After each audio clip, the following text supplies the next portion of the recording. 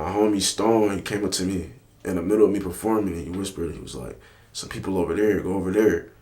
And I went over there, and it was probably, I had a lot of people with me, and they probably had maybe 10 plus people with them themselves. And I just got in front of them with all my people behind me, and they tuned in, and they jumped with me when I jumped, and it was just like a in the moment thing. I just was like, all right, this is where I'm gonna do it, and I just took my hat off through it.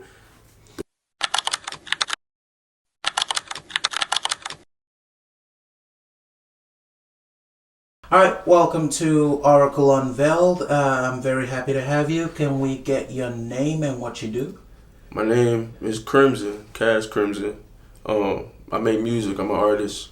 Absolutely. My favorite question to ask every artist is, why do you create? Why do I create? Well, this is cliche. Everybody say this. It's been around me my whole life. My mom was potentially like an A&R a little bit. My sister, she sings really well, so she was in and out the studio. And I was in band real early. I played the trombone, percussion. So music has always been in my life, and then I've been really into like the entertainment world. So it's been in me, and I do it too because I try to push off like a self-confidence type of thing, you know what I mean? So I just want I want to encourage self-confidence pretty much. Like, I feel that. So basically with music, you imbue a lot of what you want to see in other people into your art in order to like get it out of them, basically, is what you're saying? And other people and myself too. Like, it's kind of like an encouraging other people and encouraging myself too, essentially. Okay. And you said it's kind of like stuff that, you grew up with. Like, I'm curious, do you ever like work with family? Like, do you involve them in any way with what you're doing now? Or? Yeah, I've worked with my sister a little bit. We've done some stuff. We made a couple songs here and there. Nothing too crazy, but we've tapped in a little bit. Okay. My mom is full aware of my music and stuff, but again, nothing too crazy. A lot of the stuff that I've done has been just me. Okay. Of course, because music is, firstly, mostly like a self-reflection kind of thing. So it does make sense that it will be mostly you, and then everybody else could kind of be like a bit of a collaboration here and there. I'm curious, since you've been around music a whole lot, has anyone ever made you feel like you did not belong in the space? Like, an interaction you had with someone that made you feel like, they kind of either made you feel like they were better or you needed to go somewhere else, just kind of being standoffish with what they do? Not directly, no. Okay. No. What about on the flip side of that? Have you ever gone to a space and you felt really welcome and really in it? Yeah, definitely. A lot of the places I go, I do feel welcome. I have had like I've felt animosity, but nothing to be able to like just call it straight on the dot. Just be like, wow, this person's, but I've never been rubbed the wrong way. Yeah, I asked that question because a lot of people, they like, Dallas music scene, it's too much gatekeeping, or they don't really like us. Like, if this was like Atlanta, we would be blown. Because I noticed like Dallas, we don't have like big homies, that put us on. Like, you're gonna have to do it yourself and whatnot. And like everyone's kind of like, it's because of the gatekeeping and I agree with that too. It is. I guess I just don't take it too serious, but it is real, like, everybody is, like, real full of themselves. And, that's fine. Like, it's music. It's a competitive, it's essentially a sport. It's real competitive, so that's fine. But I do agree I feel like if people were more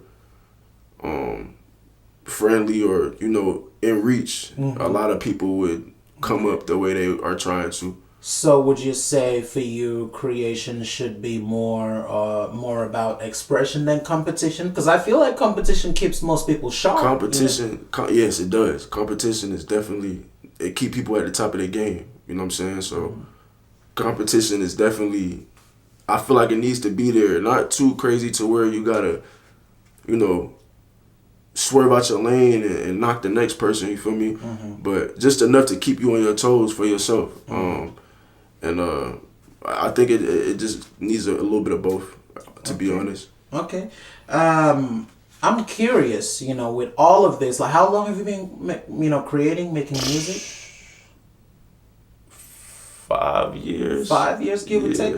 I'm curious. I mean, you spend that much time in it. Like, what are you hoping to achieve with it? Like, what's the end goal? You know, like, what's the point where you heading with this? For me personally, I just want to see a sea of people singing my songs. That's it. I don't necessarily got to be too famous, too rich. I just want to be able to get on a big stage and a big crowd of people and everybody out there know me and my music. Okay. That'll be my highlight. That'll be my top accolade. So you're more about trying to build a community of people around what you create, basically. Yes. I'm not too worried about.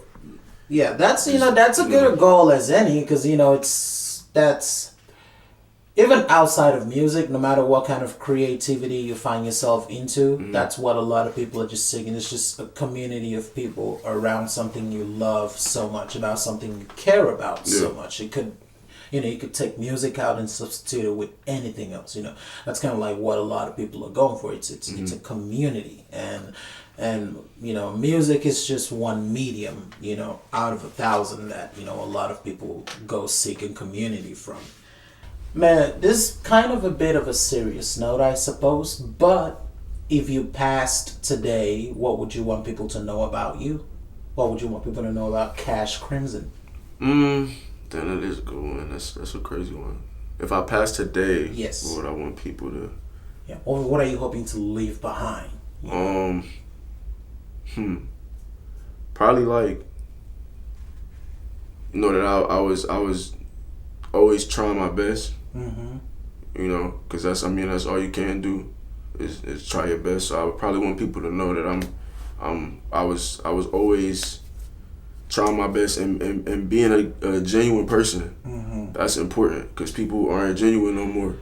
That's such a, like, I can't, it breaks my mind in a million pieces how things are so fake and diluted out here.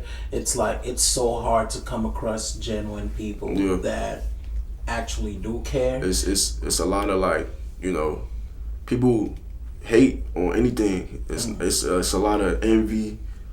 People don't want to see even their closest friends go up.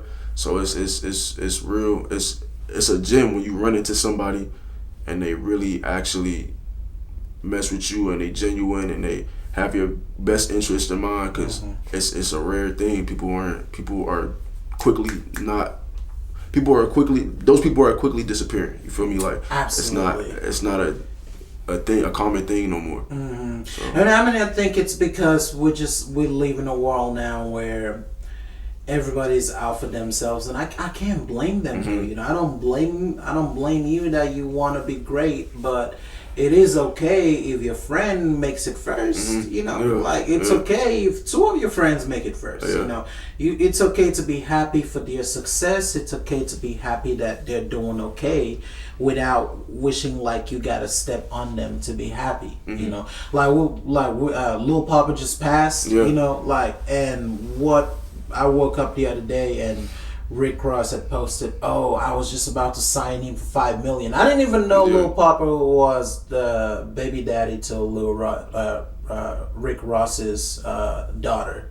Man, no, I didn't know that. I didn't know that. I just saw, I was going through post and he was like, I was just about to sign him for $5 million. We're talking about it next week. He could have used that last week, and I feel like that's just bullshit. Really, I didn't think he was about to do it. Like, as if you've known him for so long and you were just about to sign him a week after he died.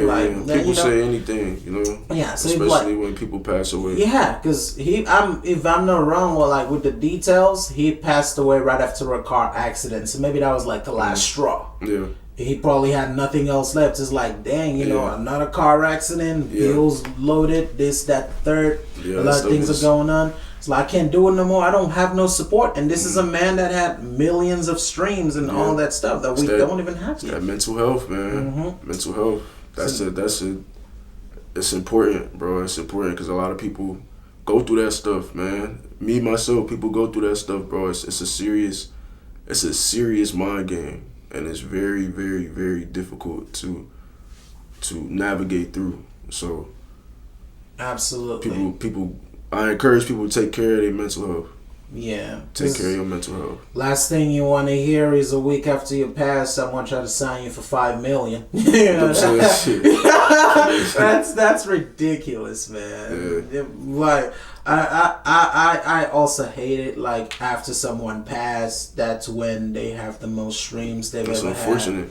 That's when they get the most love. It's like I could have used a fraction of this before that happened. It's crazy because that type of stuff, I guess, encourages people to tune in. But it's like damn, like, you know, like I could have tuned in when I was alive. You feel me? So it's unfortunate. I would have been here to appreciate it. Yeah, you know what I mean? So it's an unfortunate thing, and it happens like that all the time. Someone passes and they blow up more than they ever could have imagined when they was alive. Yeah, because like I mean, X was big, but he got even bigger after he passed. Got enormous. Juice was big. He got way bigger. Yeah.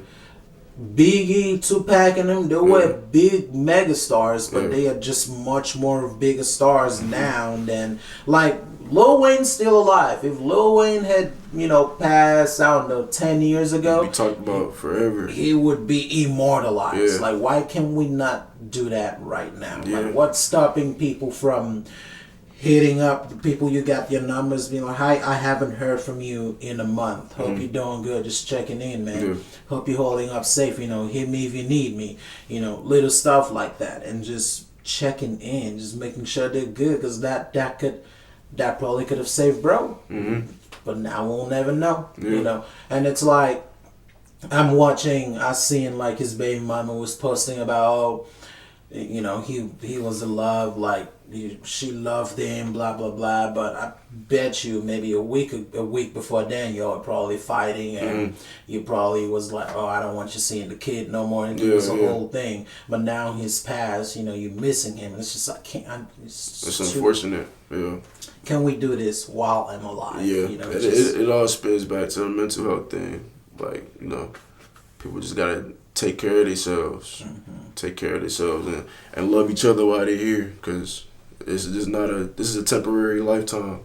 Absolutely. So I'm curious, what's the best song you think you've ever made? I made some good songs, man. I know. It's hard to choose, but I like to make artists choose, because then it forces you to come to terms with, I have to pick one, and then it forces the people listening to this to go, oh, why did he pick that one? I have to go listen to see why he picked it. I would narrow it down to two. Two? Okay. This is like my fan base is like up to the fan base.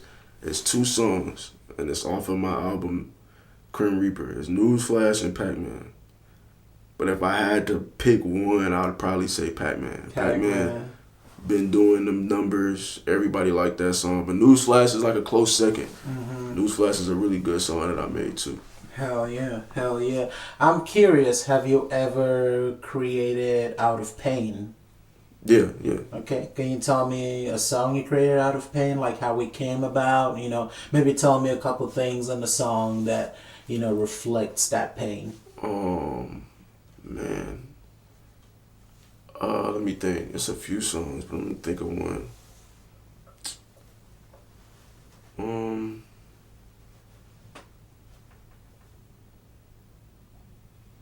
I made a lot of music.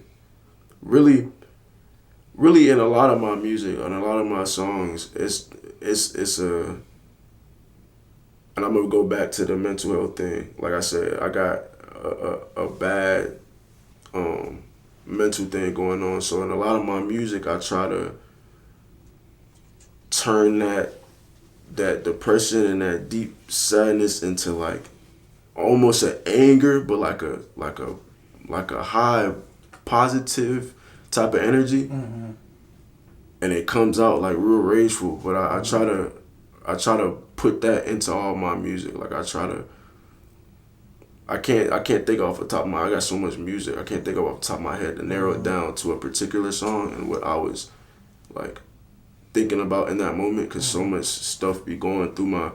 So I may have felt some type of way and may have made a song with extra energy. You feel me? Like, but I would say a lot of my music, I'm altering my negative energy into a very strong, powerful, positive energy. Okay.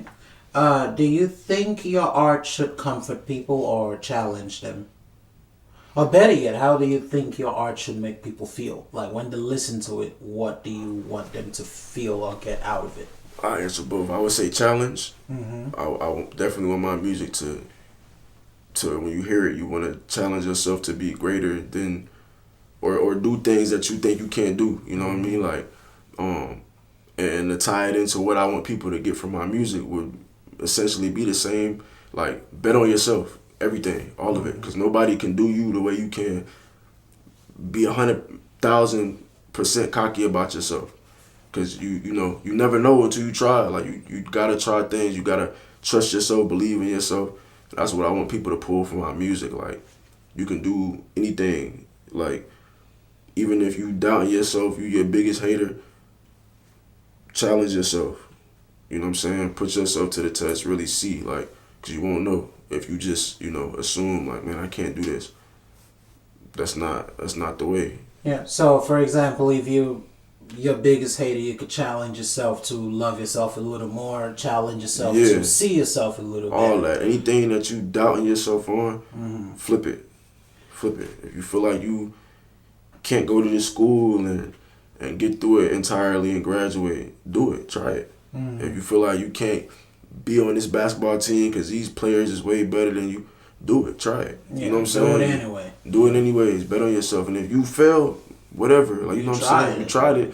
At least you better than the person who backed off of it because they thought they couldn't do it. You know what I mean? Yeah. Like, so I heard, I forgot what I was reading, but it says there is 100% failure rate for people who didn't try it all. Exactly, but bro. there is a percentage of success for those that tried, even for those that tried and failed. Yeah. There's a little bit of success rate. But if you didn't try it all, that is 100% failure rate. Yeah, bro. Failure is a part of succeeding, bro. You know what I'm saying? And then nothing worth trying is easy anyway. So you gotta try stuff. You gotta do things.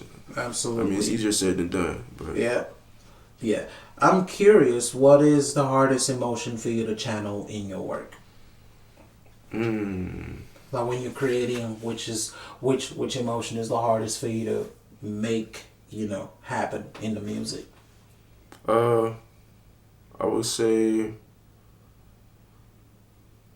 I mean, I feel like my emotions are really strong, bro. I don't think I struggle with, like, I mean, when I say struggle, I don't mean more like, oh, it's hard for you to do, but it's like, it's kind of like, okay, take for instance, right?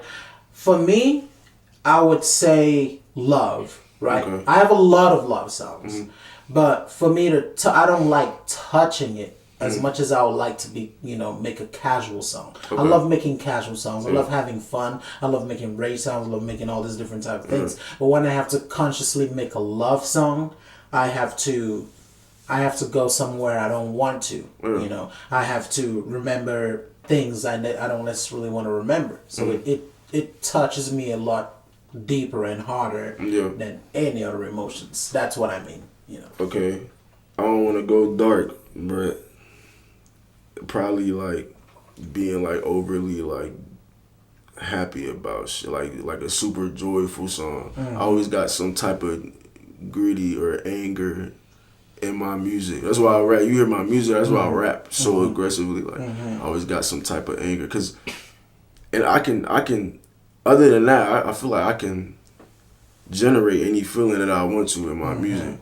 Because my feelings are real, like, if you're going to know when I feel a type of way, like, whatever emotion it is, you're going to know, like, damn, absolutely. Seth not feeling good, or he angry, or you're going to feel it, so. How has the way you viewed your work changed in the past year? I would say it's a few things. Before I really, I would just hop into it. I learned how to mix and kind of engineer at a novice level myself. So I would just make music and just drop it. I wouldn't really write nothing. I would punch in and just drop it. So as I've been rapping, the longer I've been rapping, the more I've been doing. I've met people like yourself, Mocha. Y'all have taught me that, for one, sound is very important.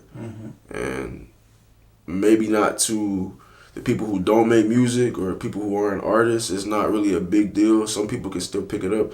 But to other creators and other artists, people pick up on that stuff. Like, so that's one thing that I, started taking seriously. Another thing was write my music.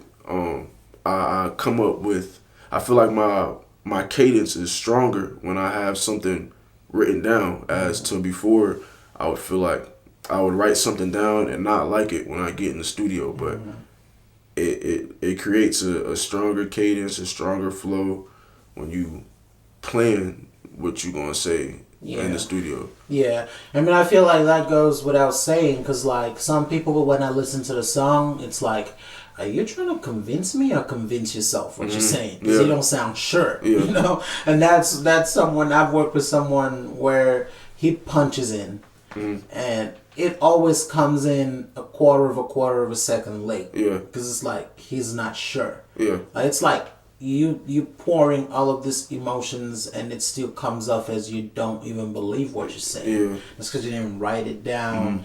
You don't feel it. You don't think it's true. You're just saying it to sound cool, so it don't sound sure. You know. And another thing with like the sound, it's super important, like you said, and it's not something that as soon as you get into music you kind of realize. Sometimes it takes time to be like, oh, okay, here's the difference between this version and the difference between that version. And sounds important because, like, take for example Michael Jackson. There is a clip of him listening to take 43 of one thing he said. Take 43 of one line. Yeah. So it's like, what's the difference between take 1 and 43, or 43 to 89? Yeah. So it's like repetition, just because there is something. There is surety in how you say things. There is intent in when you say it, and little things like that. And those things, they do matter, and they do count. 100% of the time. No, I agree 100%. Do you think spirituality or religion has impacted your art in any way? Yes, I would say yes. In the past, like I said, spiritually, I've been real tapped in with like the universe and whatnot. I try to put affirmations in my music to, bring them to life. I heavily believe in what you speak into the world, you'll get. So that's why I speak real highly of myself in my music, and I try to overly encourage myself, and because that's what I want for myself. So I try to, speak on those things. But I will say, not necessarily religiously, but I will say spiritually, I do incorporate that stuff into my music. Would you say you were more spiritual than religious then? Yes, then yes. Now, and I mean, I haven't really included anything now, but I recently have converted to Islam. But I haven't put anything related to that in my music just yet. I probably will eventually. But did you grow up Islam or around it, or how did that come about with your conversion? I grew up Christian. My people grew like they would, they practice Christianity. I was never too crazy big on religion. I was always like real open to that stuff. I was just real curious about everything, so I wasn't really too religious. Then as I got older, maybe when I turned 15, my mom converted to I forgot what it was called. I think it was like, she's an Israelite though. I can't remember the exact name of her, but she converted. She stopped being a Christian. So that killed all of that for like permanently. So we started practicing something else, and that ultimately widened my curiosity on all religions, which is why I'm at where I'm at today. Okay. Is there a particular reason you think you landed on Islam? Did that resonate more, or is there like an experience you went through that got you there? I think I've always been curious in Islam. I just never took the time to look into how I could convert, because I was always so spiritual. Like, I was always tapped in with like the universe. Like, I was big on that. So I never like took the time to look into it really deep. But I guess I would say I started going through a bunch of stuff. I felt like I had a calling, and I looked into it. I dove into it, and I kept going deeper and deeper and deeper. And I converted. I just converted. Makes sense. Makes sense. So bringing it back to your music, I'm curious, how do you handle the downtime when you're not making music? You know, you're not doing shows, and you know, you're just not doing a lot of things music related. What is Crimson up to when he's not working on music? Well, I just had a son. His name is Kashmir. So I'm always attending to him. I've been around him a lot. He's growing up really fast. This is my first child, so I'm learning a lot of new things. I'm experiencing a lot of new things, and it's a lot. It's a new life. I don't want to miss anything, so I try my best to be very attentive. And then I'm in school right now too for my A&P license. I'm into aviation and stuff, so that's something I'm into outside of music. I like airplanes and whatnot and stuff like that. So school and my son. Makes sense. So you definitely a family oriented person. Yes, like yes. you very much about family and community and keeping people and things together. Yeah, most definitely. Because the people you sleep up under the same roof with know you the best. Know you better than anybody on the planet, and those are the people you gotta stick to. Because it's a cold, cruel world. You never know. Like I said, you never know who's genuine, who's really being genuine. And sometimes the people in your own home aren't being that way, but it's better to keep a safe home, people you can trust, and stay grounded with those people. Okay. If you had to say how has having a son changed the way you approach life or even your music? It definitely changed the way I look at everything. Essentially, I feel like now I gotta live for him. It ties in, like I said, it ties into everything. Like with me, like my mental health, I kind of try to restrain from being so depressed about a lot of the stuff that I'm depressed about, because now it's like I've always had people that love me, but it's like now I got like, it's my son, he came from me, so it's like I gotta, that's one thing. Like my music, it's like I talk about him all the time now. It's like it definitely lit a fire up under me. It definitely made me feel like I gotta take myself a lot more serious. I gotta take everything a lot more serious. Because now I have a little person running around who thinks I'm Superman. And I can't tell him, that hey son, I don't feel good. I can't do that. I gotta be this. I gotta live up to this person he sees when he wakes up. When he, it's a lot. I pick him up from school and he drops everything and runs to me like he hasn't seen me in years, and it's only been a couple hours. Right. But, like just stuff like that. It changed their perspective on everything. Yeah, so it's basically also kind of slowed you down to be able to appreciate, the Life. things around you and all that little stuff. Because, for, say, someone like me who doesn't have that kind of ties to emotions and people, I'm go, go, go. Yeah. I don't stop to appreciate, that there is a little life around me, or that there is someone that believes I can do anything, so I have to go do anything. So it's I can imagine it's a whole lot different for you, and you kind of have to push yourself in a way harder than I would in different situations, because it's not just for you anymore. It's for your son. Like you gotta go even higher than you intended, because he's looking up to you. So that's super. Cause I've heard a lot of people, you know, they like, oh, I just had a kid, so you know. Yeah. They gotta go higher. They gotta aim to Any be higher. doubt I had in myself, all that stuff go out the window. Like I gotta believe in myself, cause he believe in me. So that's super unique. Let me see. So how do you measure success beyond plaques, numbers, and streams? I would say probably like just engagement, genuine engagement, like with random people that I may not have. I like hearing that somebody came across my music and they not even because of the stream or the extra play, just the genuine connection. You heard something that you liked and you didn't even know it was me. Took your time to reach out to me and let me know. And I get that a lot. People randomly hit me up, tell me they like my music, or some of my classmates, they may tap into what I do and I show them and they actually like what I do and whatnot. So that genuine engagement is really important to me because it's really cool to see people hop on something that I created, you know. I feel that. One of the other key things I've noticed about you is you definitely are an entertainer, like you are a performer. Tell me what that feels like. You know, what does that mean to you that you get to handle a mic and evoke an emotion out of a crowd and just get them turned, you know?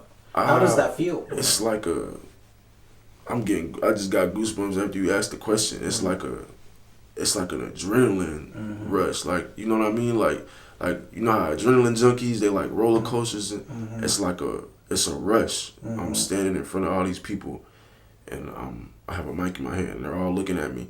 I don't know, it amps me up. It gets me excited to perform.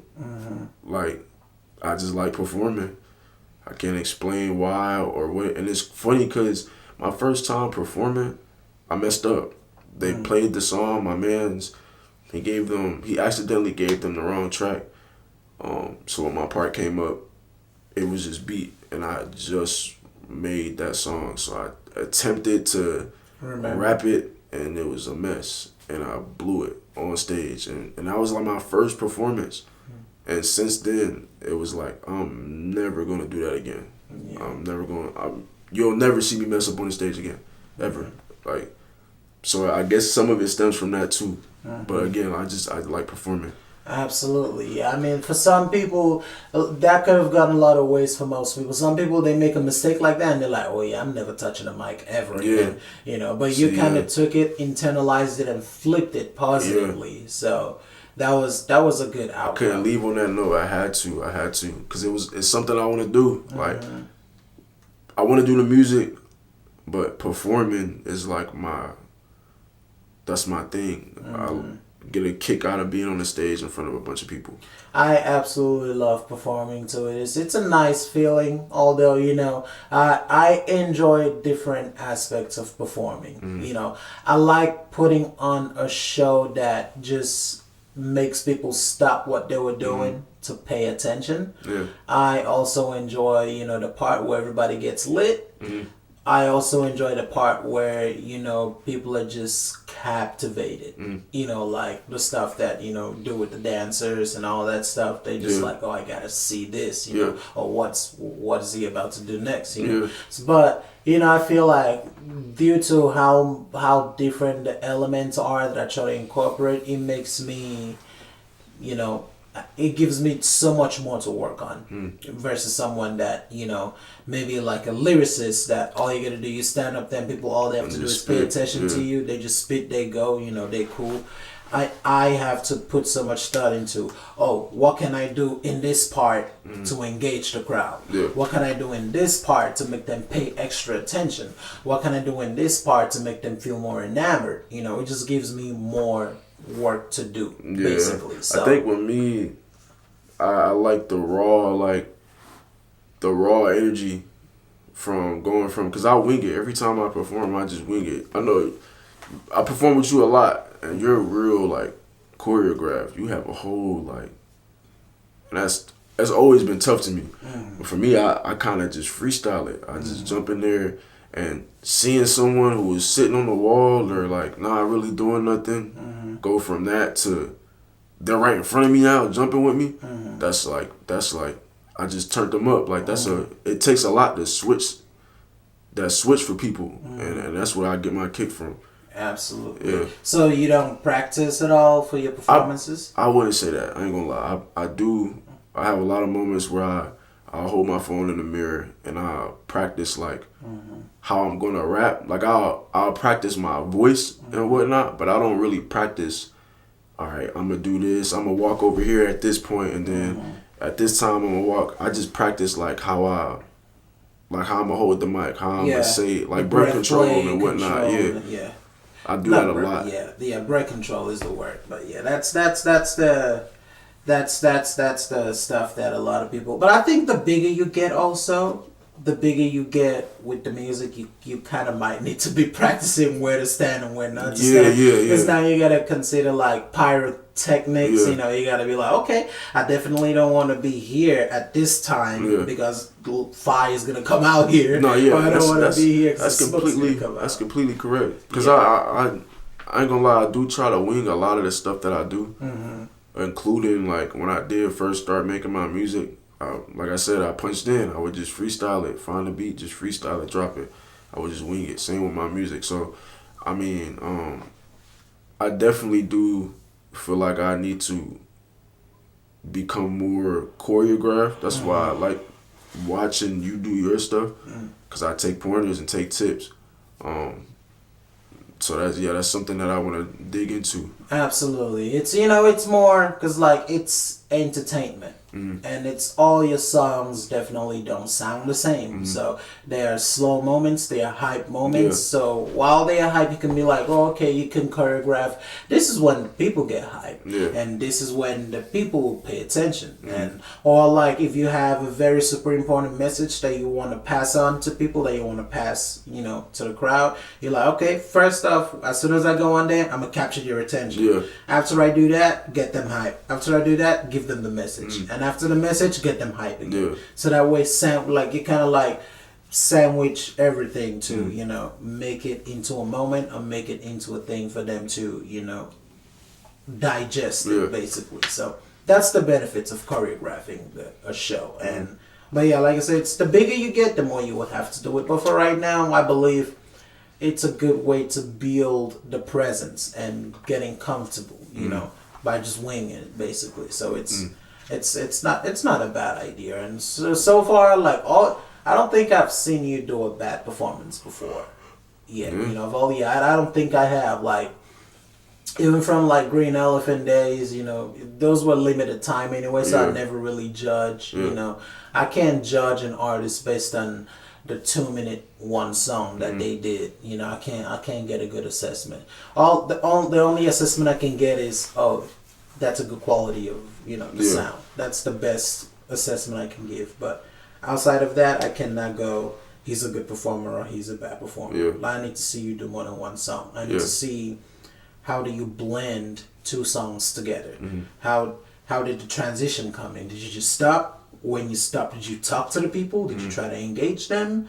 Did you try to do more, or did you just stop and then go to the next one? Or if you transition, how well did the transition flow? Did you do any talking in between while it was? There's so many moving parts that I pay attention to when someone's doing more than one song. That's how I go, he's a good performer, she's a good performer, or you need some work and they need some work, and that's the only way I can judge that. I need to see more than one. But yeah, your case so far, no. But then also it's mostly also you've just been focused on getting the people hype, and being comfortable in the place you are. That'd be the main objective. I'd be trying to the whole all before the show. I'd be thinking like, okay, what am I gonna do to capture some type of viral moment? Like I gotta do something. Like at the Halloween fest we had, I didn't know I was gonna throw my hat, but I knew I was gonna do. I knew I was That gonna is do my something. favorite clip of I knew I all was gonna do something. I was time. like, I gotta do something. I Yeah. gotta do something at this show. There's like two angles of the video. It's Yeah. my favorite thing. I've been watching, like, I watch that clip every time, and I'm Yeah. transported immediately to that I moment. just did it. I just did it. My homie, I had a lot of my people there. I had a lot of entourage there, and my homie Stone, he came up to me in the middle of me performing, and he whispered, he was like, "Some people over there, go over there." And I went over there, and it was probably, I had a lot of people with me, and they probably had maybe 10 plus people with them themselves.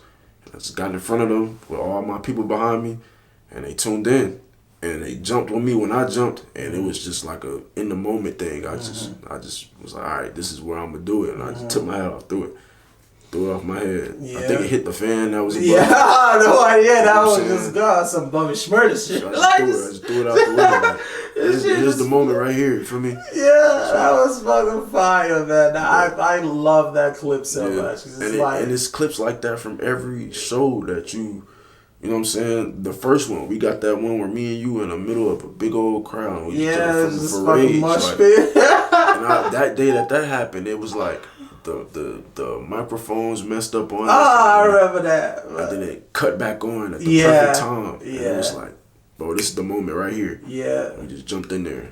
Yeah. Viral moment created for me. Yeah, man. I love moments, man. It's what makes these shows extra special. It just goes, bro. Yeah. It goes. Like every show I've ever done, it's like the messages I get after that, it's just so like it's reaffirming that, hey, I'm doing something. And it's like it blows my mind because I just know the heights and how far all of this could go. And it just, I'm excited to just see where it goes in the future, man. I'm excited for it. And I'm excited to see more of you, man. Because, like, you know, there's very few people I'm watching out for. You know, a lot of people might get lucky and blow up anyway, but very few people I got my eyes on. You're definitely one of them, man. Like, I got so much faith in you, not just because, you know, you're good at what you do, but you work hard. Yeah. Like, you put in the work. That is the thing for me. You like someone could be dog shit and making music. If I see them putting in the work, that's the sign. Because there is talent and there's hard work. I take hard work every single time. You know, I take that every single time over talent. Because like once talent slacks, it's doo doo. You know, you don't. And I be trying, like I said, it's traits that I picked up. You know, we go back a little bit, so it's traits that I picked up from you. I see. Every time I work with you, it's like, Alpha, he's serious. He's serious, so I gotta be serious. Or else nobody gonna take me serious, you know? Or I can't not take myself serious because who else will if I don't take myself? So, you know, that's something that you gotta take your craft serious and you gotta mean business. Because when you run into some people that mean business, they're not gonna pay you no attention if you lollygagging and you BSing, you're not being for real about your craft, you know? Because you know, you got to. It's just something. It's permanent. You got to do that. Absolutely, man. And I do appreciate that. You know, every time we've had to work, you know, you turn on, you know, the business mode and you make it work. Because, you know, that's the reason why I haven't worked with a whole lot of people. Not really. Basically, if you look at the amount of people I know versus the people I actually put work in with, the number is very little, you know. So and I know too many people, so it's like, cause if you don't take yourself serious, how am I supposed to take myself serious working with you? And people try to like, cause you're a nice dude, bro. So like, they kind of misconcept this is my friend, so he gonna let me cut corners. It's not the case. You can't come like that. Like you gotta. If you taking yourself serious, you gotta look at it as a business. Me and you cool, you mad, you my dog. But when it comes to business, I know I gotta come correct because you serious. Yeah, I'm not even gonna lie, especially when shows and festivals come around, I've lost a lot of friendships. I bet, bro. Yeah, I'd be like, we can be cool, but this is work for me. Yeah, I'm spending 2-3 months to put a show together, and you want me to give you 5-10 minutes to perform and you couldn't get me a single ticket. You feel me? But I spent 2 months putting it together. It's not What gonna kind of a work. friend are you? It's like a handout. Yeah, You know? like nobody handed the show out to me. Yeah. I had to put it together. I had to put work in. I had to get these people together, and it's not like I'm just putting them together and throwing them on stage. Mm. Like I have to sit down and be like, this person goes here, that person goes at Yeah. this time. Like I'm putting all this work in. You know and what it's you like, could do that people do?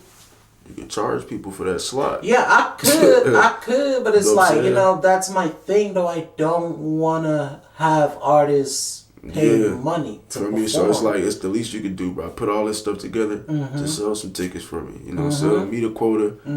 Prove to me that you somebody. You know what I'm saying? It's Yeah. the least you, because you can hit the next man and they're gonna charge you $500 to Yeah. $1,000 to even step on the Yeah. stage, and it may not even be. You know And, what I mean? I tell people this too, and it sounds kind of mean, but it's like one reason I don't charge is one, it's not really about the money. I couldn't care less about it. But the other thing is, I need you to prove to yourself that this is worth doing for you. Exactly. So if you've been doing music for over 2 years and you cannot get 15 people to pay money to come see you, hang it up. Yeah. Just hang it up. Yeah. Like quit. Like, Yeah. what are you doing? Like You have 2 been years? 2 years and you ain't got no engagement. All the places you could have been and all that. You haven't put in work. Like not even your family, no friends, no fans, nobody Somebody, wants to come see you for as cheap as the tickets go for. Like, I mean, I think the highest I make tickets like $25. 25, yeah. They don't think you're worth $25. $25. Come on, bro. That's 25. sandwich money for 2 people. Like, you know, I can name 3 different groups of 10 people that I could invite to a show. So yeah, so it's like if you put at that's the end of the day, that's with little engagement. yeah. So at the end of the day, it's just they don't care. Yeah. You don't care enough. So you don't care enough, but you want me to put you on, make it make sense. You know, it's not fair to me. It's not, and it's not fair to you because you don't believe in yourself enough to do, put the work in to get to where you want to get to, and that's wild, man. I'm not about it. So if people want to fall out about that, let's fall out about it right now. Versus when we're dealing with hundreds of thousands of dollars, and now it's fucking with my bread and it's messing with my family. Stuff, I can't deal with that. Let's hash it out right here, right now, and move forward. If that makes sense, But yeah, man, I truly appreciate you coming through. I can't wait to catch up again some other time to kind of see what you're doing, and But before we round off, are you working on any new projects, any new song that you would like people to keep an eye out for? I just dropped a single called "You Ain't Reaper." I'm working on a music video for it. I don't got a date on it, but it's coming soon. And then it may be too soon to call it, but me and Mocha are talking about like a alternative, like rock album, I guess, or not even an album, like just a little EP, something different from what I'm usually making. But that's just in the talks. We just talking about it. We got a few tracks made. But that's really it right now. Alrighty. We're looking forward to seeing that, and we'll catch you later, man. Thank you for coming through. All right, thank you for having me, bro. Absolutely.